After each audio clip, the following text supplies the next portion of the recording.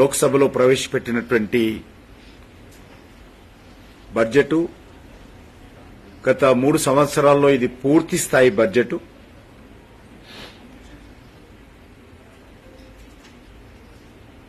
నరేంద్ర మోడీ గారి ప్రభుత్వం అధికారంలోకి వచ్చిన తర్వాత 12వ పూర్తి స్థాయి బడ్జెట్ ఇది. మనకందరికి తెలుసు 2014లో వారు ప్రధానమంత్రిగా బాధ్యతలు చేపట్టిన తర్వాత దేశంలో అనేక సంస్కరణలు, కీలకమైనటువంటి నిర్ణయాలు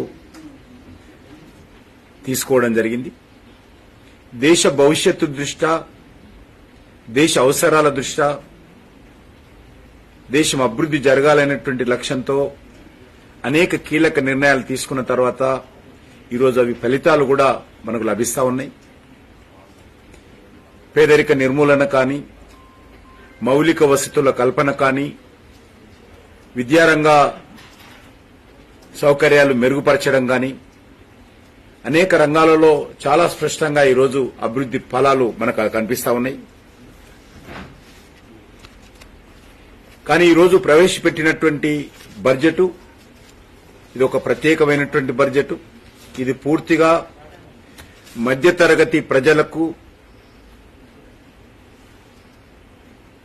డెడికేట్ చేసినటువంటి వాళ్ళ యొక్క డ్రీమ్ బడ్జెట్ ఇది. ఇది పేదలు, మధ్యతరగతి ప్రజలు, మహిళలు, రైతులు, యువకులు వీరిని కేంద్రంగా ఏర్పాటు చేసుకుని వీరిని లక్ష్యంగా కార్యాచరణ ప్రణాళిక రూపొందించుకుని మరి ప్రవేశపెట్టినటువంటి బడ్జెట్ ఇది. ముఖ్యంగా వికసిత్ భారత్ ఏదైతే లక్ష్యంగా పెట్టుకుని 2047లో మనం అభివృద్ది చెందిన దేశంగా ఎదగాలని ఏదైతే భారత ప్రజలందరూ మనం ఆకాంక్షిస్తున్నామో దానికి వేసినటువంటి మొదటి అడుగు ఇది.